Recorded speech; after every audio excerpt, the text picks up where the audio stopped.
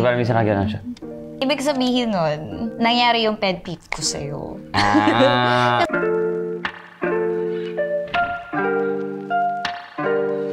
Last text. Ito na lang. Ayan. Last ayan. Ano ko ano?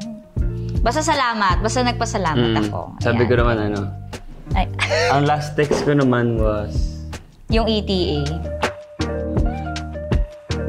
Siguro, syempre, yung lying, cheating, yung mga usual naman na sagot. Mabigat agad yung red flag mo. Oo, tsaka gaya nung sinabi mo during our PEP interview na kapag mabigat, ganyan. Okay. Kailangan, kasi gusto ko yung someone who will empower me to become better and inspire me sa mga lahat ng ginagawa. Ikaw? Ako, ang red flag ko sa relationship. This may sound light, pero parang pwede kasi siyang lumaki.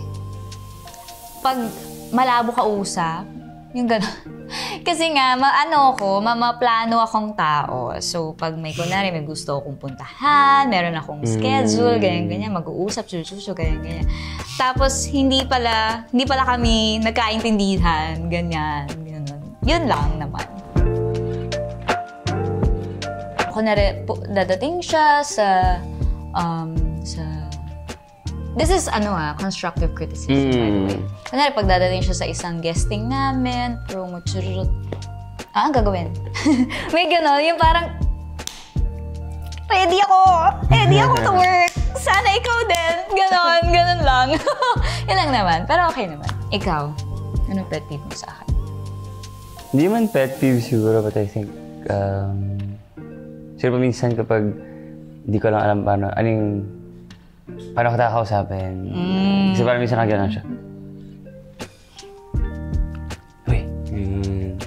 Ibig sabihin nun, nangyari yung pet peeve ko sa'yo. Kasi otherwise, okay naman ako. Nice naman ako.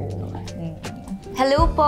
Iniimbitahan po namin kayo na panoorin ang aming pelikula, That Kind of Love. Ngayong July 10 na po yan sa sinihan na malapit sa inyo, directed by Catherine O. Camarillo. At ang Pulang Araw, this July 26 on Netflix and July 29 on GMA Prime. Yes.